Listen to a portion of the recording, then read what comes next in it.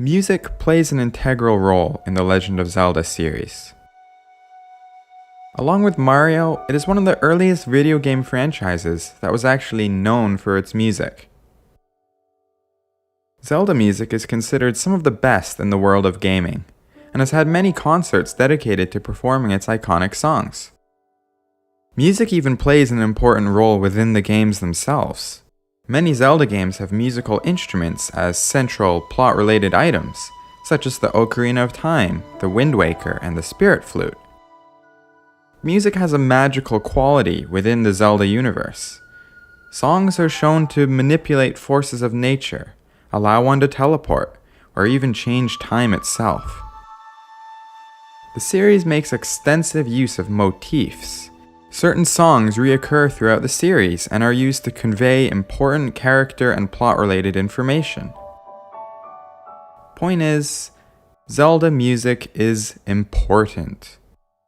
So when Breath of the Wild was announced during E3 of 2014, hopes were high for what this epic new Zelda game's soundtrack would have in store. Upon the game's release, fan reaction to the soundtrack was mixed.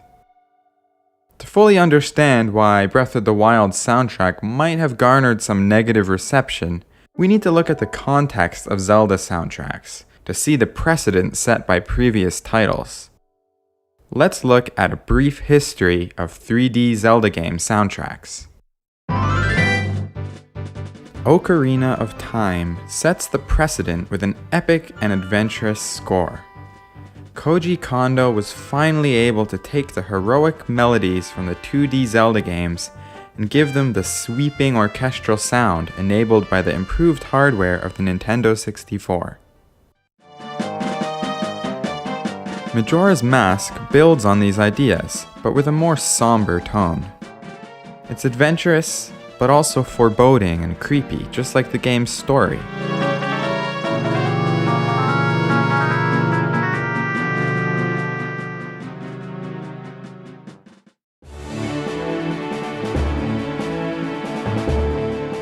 Wind Waker sounds uplifting and adventurous, perfect for sailing the Great Sea. Added to the mix is a bit of nautical, swashbuckling flair, the perfect accompaniment to the seafaring gameplay and maritime setting.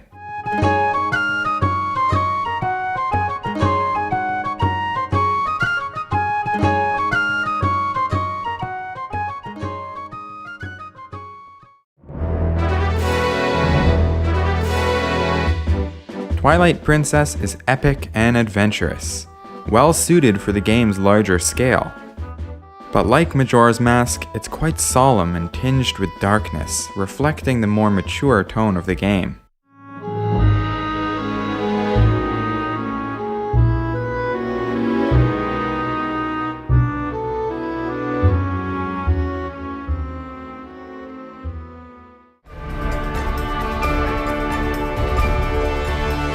Skyward Sword was the first fully live orchestrated soundtrack in the series.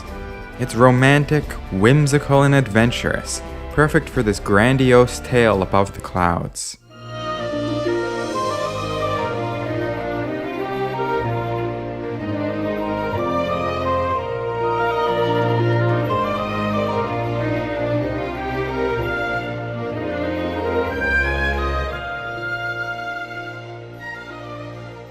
Because of the standards set by these past games, fans have expectations of what a Zelda game should sound like. While each title's soundtrack differs in many ways, there's a common language to Zelda music. There was a certain word I used a lot when describing past Zelda soundtracks. Let's rewind. Epic and adventurous score. Uplifting and adventurous. Epic and adventurous. Whimsical and adventurous. Fans expect Zelda games to sound adventurous and heroic. Usually this means an orchestral style, invigorating and bombastic, like something out of an old fantasy adventure movie. Well, Breath of the Wild's soundtrack wasn't that. It was even more somber than Majora or Twilight. For the most part, it wasn't bombastic and orchestral. The most frequently heard songs were just solo piano compositions. Breath of the Wild subverted expectations and challenged what a Zelda game should sound like. Well, I for one think Breath of the Wild's soundtrack is very well done, and changing it up was a great choice. That's what this video is going to be about. Here are my goals for this video essay. For one, I want to dispel a few misconceptions I see far too much. The idea that Breath of the Wild has no music, or that Breath of the Wild's music is just random notes on a piano. More than that, I want to challenge the idea that Breath of the Wild's music just isn't a proper Zelda soundtrack, or simply that Breath of the Wild's soundtrack is bad. Most of all, I hope this video essay will be able to show how Breath of the Wild's music works.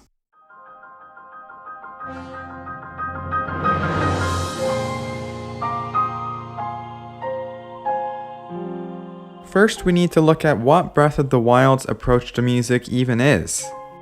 How do we define this new and unexpected style? Well, past Zelda games can be fit into the Romantic era of music history. This style of music was at its height around the late 18th and early 19th centuries. Romantic music is expressive and uses melody and musical progression to explicitly convey ideas or emotions. It usually opts for larger orchestration and is highly focused on tonal melodies. In contrast, Breath of the Wild is the Zelda series' first venture into the Impressionist era of music. The era of Impressionism was mainly during the late 19th and early 20th centuries. Impressionist music focuses more on atmosphere. It conveys emotion through suggestion rather than a detailed score. Rather than focusing on intricate, sweeping arrangements, Impressionism uses other aspects of music such as texture, timbre, and tonality to create a mood. Impressionist composers are also less preoccupied with writing an identifiable melody, and are more willing to make use of ambiguous tonalities. Past Zelda games have very iconic, memorable tunes that you can hum or sing. Breath of the Wild has a good handful of these, but a lot of the music just isn't memorable in the same way. Just try and hum along to the Hyrule field theme. It's tricky.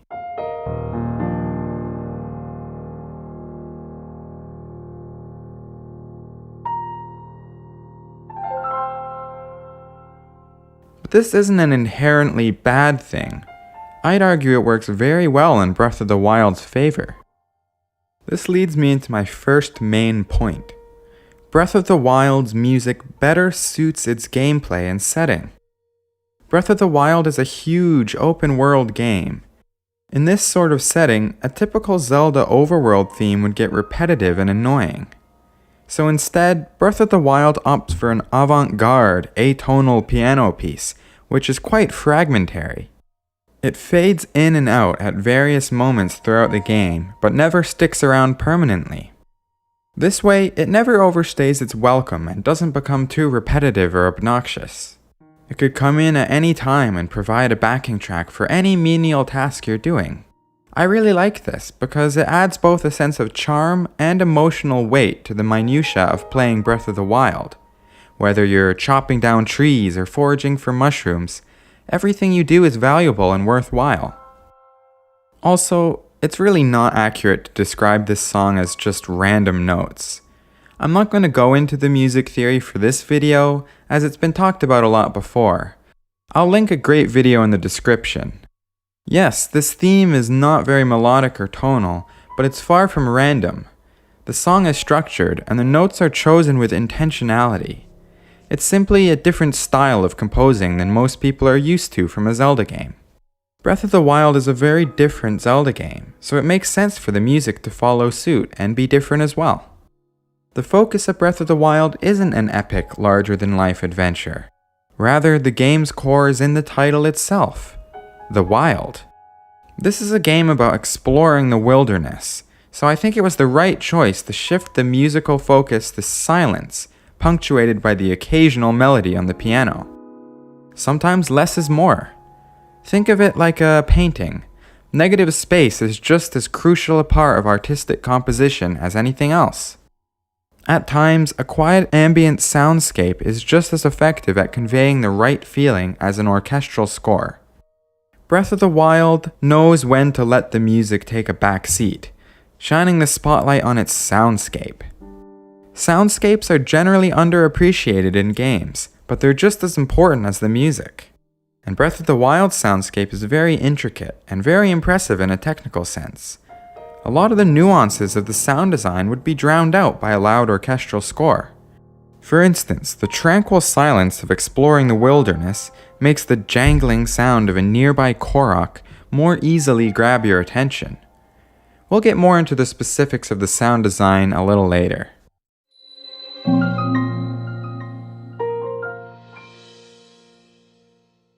Breath of the Wild's Hyrule is not like the Hyrule from past Zelda games. It's post-apocalyptic, destroyed, and generally empty. It makes sense for much of the music to feel similarly sparse and empty. One great example is the Temple of Time theme. In this game, this classic Zelda location is a dilapidated, ruined cathedral, a shell of its former self. This theme takes the Song of Time from Ocarina and strips it down to its bare bones, interspersing phrases of the song with complete silence.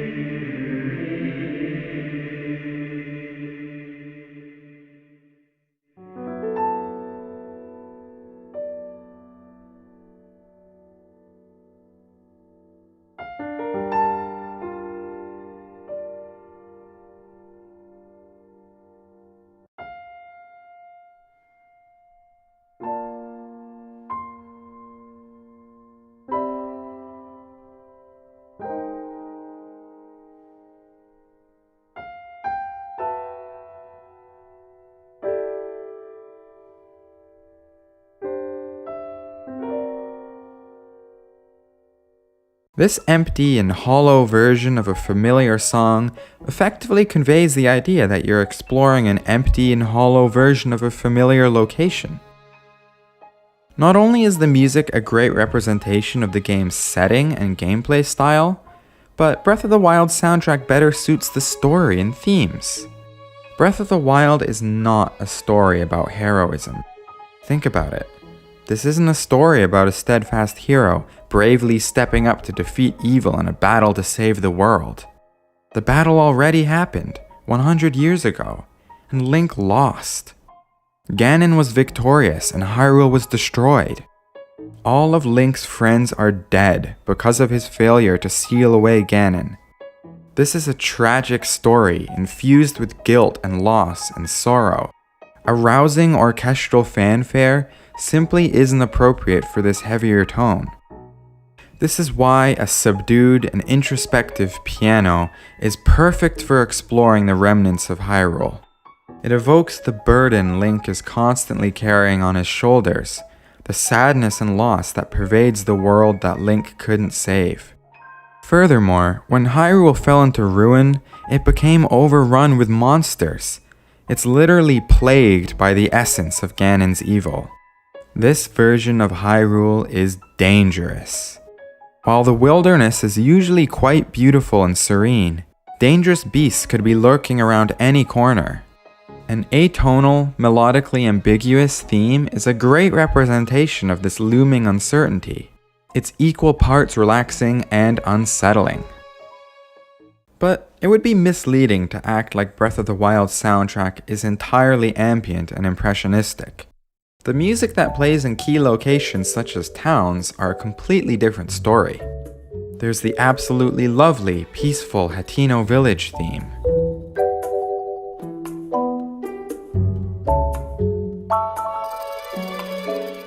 Or the scorching Middle Eastern flair of Gerudo Town.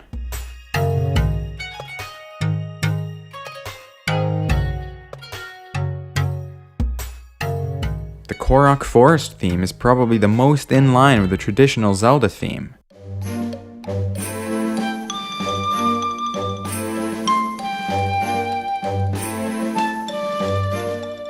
These songs, unlike the sparse and fragmentary piano of the overworld, are very melodic and tonal. In a thematic sense, the melodic and tonal compositions for these towns' songs provide a period of respite from the uncertainty of the wilderness. These towns are the last remaining settlements of Hyrule, the remnants of civilization which were lucky enough to survive the calamity. They are those rare safe havens within the treacherous world of Breath of the Wild. The relative silence of the rest of the game makes these songs all the more impactful and heartwarming. The best example of this is Tarrey Town.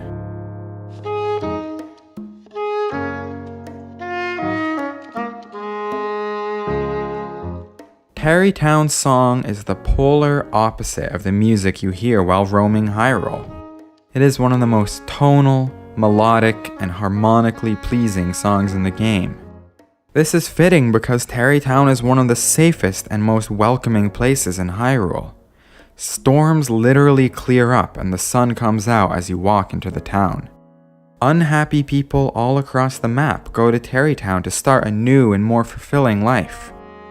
As you find more people to move into the flourishing town, more instruments are added to the song.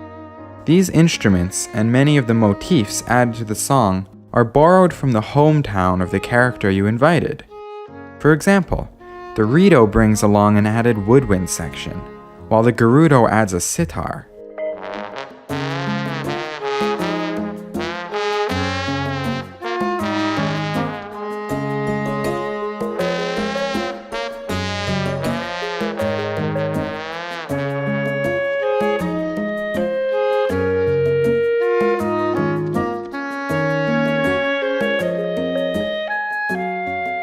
This step-by-step modification of the background music is a great way to illustrate a town being built from the ground up, and incorporating melodies and instrumentation from towns all across Hyrule conveys the idea that Tarrey Town is a melting pot, where people from all walks of life work together to build something from nothing.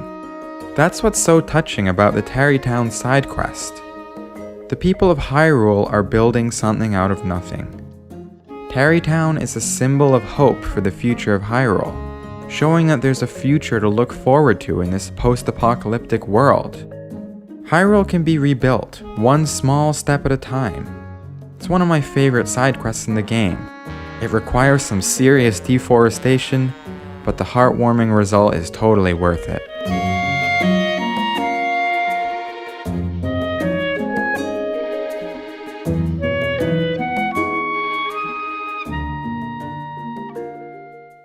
Also, pretty much all of the town's songs are comprised of live recorded instruments, which I think only further elevates their comforting and welcoming feel.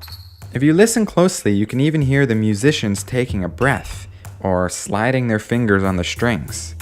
This gives the towns a rustic, homely quality, and reminds you that these are living, breathing settlements full of people.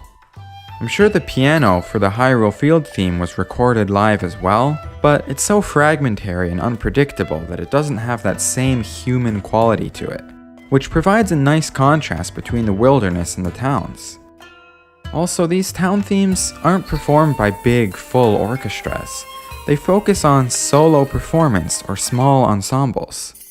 It sounds more like folk music than a cinematic movie score, which adds a very natural and organic feel, fitting for the game about the wilderness.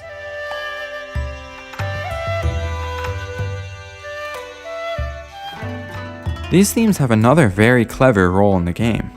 Music has a sort of gravitational pull on the player, drawing them towards key locations. As I mentioned earlier, Breath of the Wild has a very intricate sound system and really smart sound design. Each sound effect was meticulously crafted. For example, a lot of time was spent just on Link's footsteps. The sound team recorded tons of different variations based on what kind of material he's walking on, and even factored in the rattling and clanking of the equipment he's carrying. Sound effects are realistically implemented into the environment to create one of the most believable and immersive soundscapes I've ever heard in a game. The volume, panning, reverb, and equalization of the sound effects are constantly adjusted on the fly, based on the distance of the source of the audio, the size of the space in which a sound is emitted, whether there are any barriers or walls between the player and the sound source, and even other variables such as whether it's windy or raining. The music similarly shifts depending on the player's distance to its source, such as a stable or a town. As Link walks nearer to a stable, the volume of the song increases. This is why the contrast between the subdued silence of the wilderness and the liveliness of the towns is so important. The towns and stables break the silence and stand out, giving players an auditory clue to help them locate these important areas. Hearing faint music naturally makes the player want to go investigate. It pulls you towards the source. A similar effect is achieved with the bird bard Cass, whose accordion tunes can be heard from quite a distance away.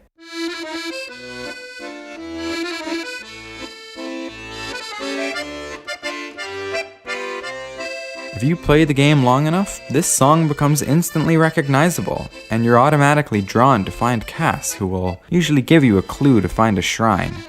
Specific auditory cues play when you're near a tower or a shrine.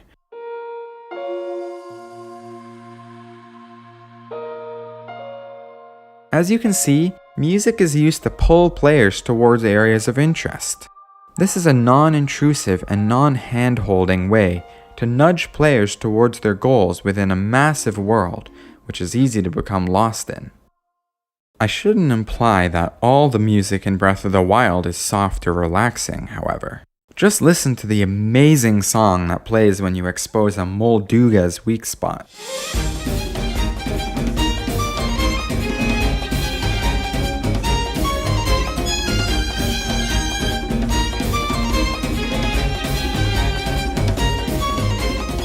This game can do intensity when it's needed.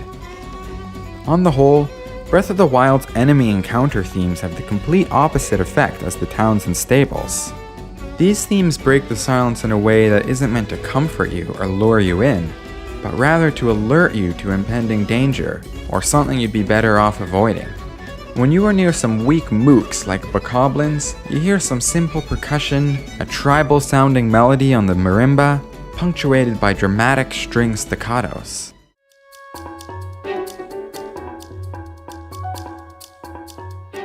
Over time, it builds into a more dramatic song fit for battle. It doesn't sound too alarming, but it definitely conveys that you should stay on your toes. Stronger enemies such as Lynels are signified with this intimidating piano bass line.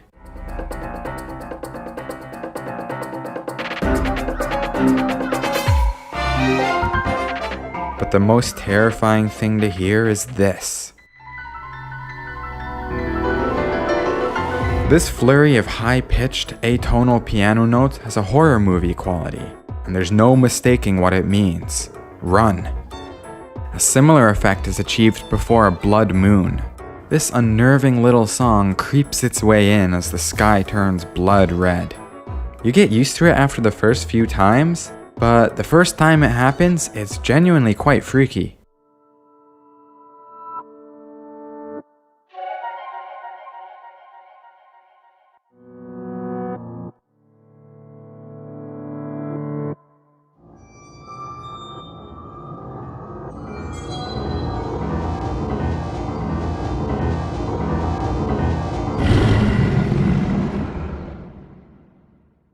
Another way Breath of the Wild's soundtrack is effective is the way it brings back classic motifs. Nintendo loves to bring back nostalgic songs, and it happens a lot in the Zelda series in particular. But in comparison to other Nintendo games, and other Zelda games for that matter, Breath of the Wild has a lot of restraint when it comes to capitalizing on these nostalgic tunes. They wait until just the right moment to hit you in the emotions with a classic Zelda melody. Some are very subtle, like how the Death Mountain theme is a slower, fainter piano rendition of Ganon's Lair from the original NES Legend of Zelda.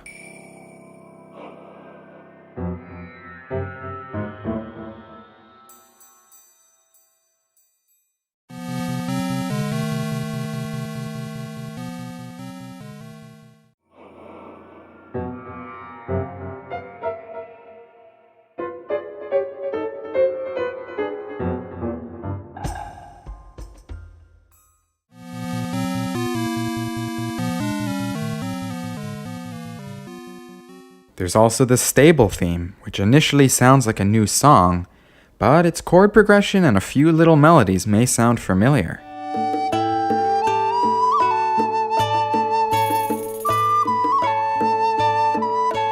It's only when Cass is near stable that they give you the full homage to Epona's song, also known as the theme of Lon Lon Ranch.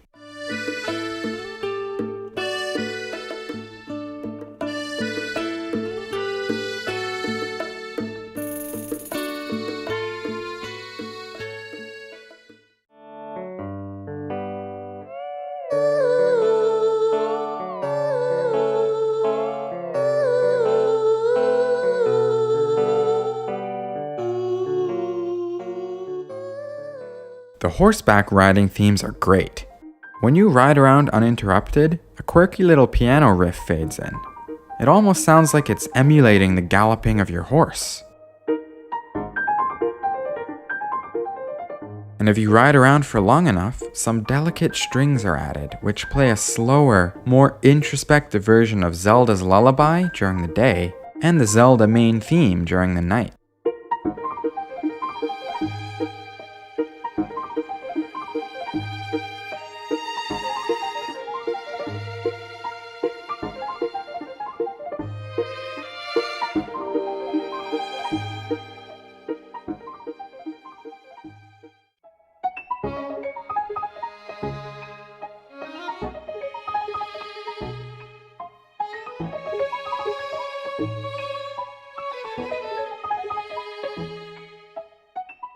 It's really quite a special moment hearing two of the most iconic songs from the series played in such a subdued and melancholic way. It really drives home that this isn't your typical Zelda game. It is Zelda, but with an emotional undertone we haven't quite seen before. And it's entirely possible to go through the game without hearing these themes. They're just a nice little treat for players who come across it. The theme of Zora's Domain is a direct homage to Ocarina of Time.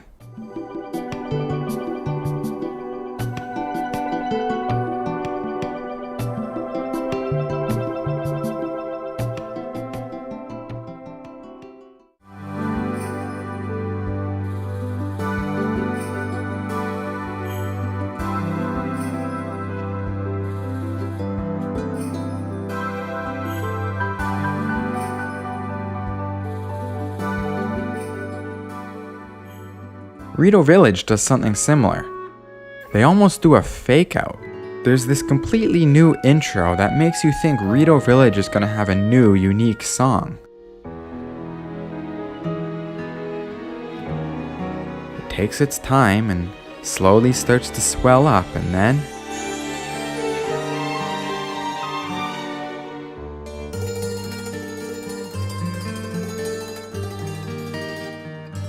Dragon Roost Island from Wind Waker.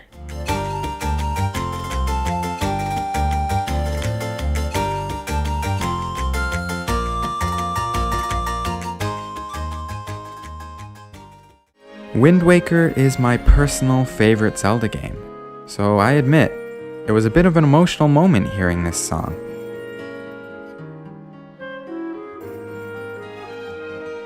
Another emotional moment was hearing the full version of Cass's theme. You hear this silly little melody so much throughout the game, it gets totally ingrained into your head. So when you finish Cass's side quest and finally hear the full version, it's like, wow, there was more?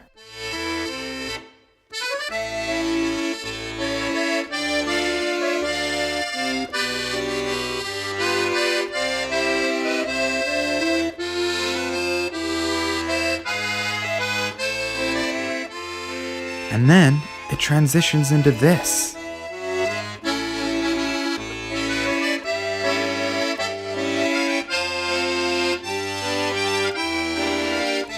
He was playing the classic Zelda theme the whole time. Well played.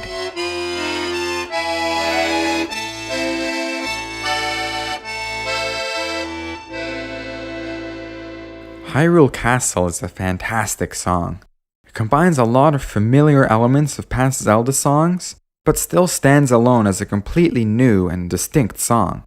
And the motifs they selected were perfect. It represents exactly what is going down at that point in the game. Link is coming to Zelda's aid to seal away Ganon in Hyrule Castle.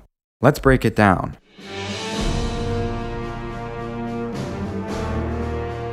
The bits and pieces of the Legend of Zelda main theme represent Link trying to overcome his guilt and memory loss and be the hero everyone needs him to be. Zelda's lullaby represents, of course, Zelda, who has patiently waited for Link, holding her own in a 100-year bout with Ganon.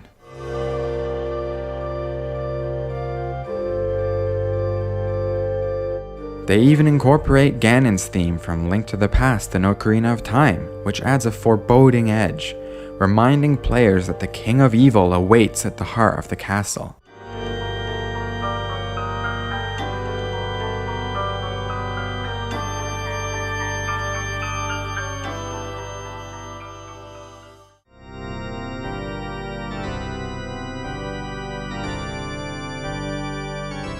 Finally, there's a subtle but very cool reference to the Hyrule Castle theme from A Link to the Past.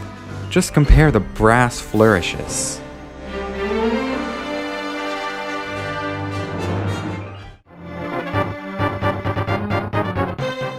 I think the most effective use of bringing back an old motif is the credits theme. They wait until the very end of the game to finally give players the main theme of the Zelda series in the way that most people have come to know and love it. Unlike the variation which plays while horseback riding, this version sounds tonal and familiar. The uncertainty is gone. You did it. Hyrule is at peace, and our two heroes, Link and Zelda, can finally let go of their guilt. They don't need to bear their burdens anymore. This is the pinnacle of resolution, both narratively and musically.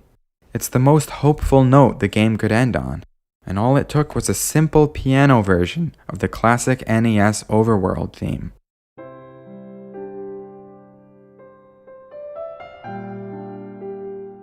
When I heard those first few notes, paired with the visuals, a completely black screen aside from the text which simply reads, "The Legend of Zelda," it was genuinely moving.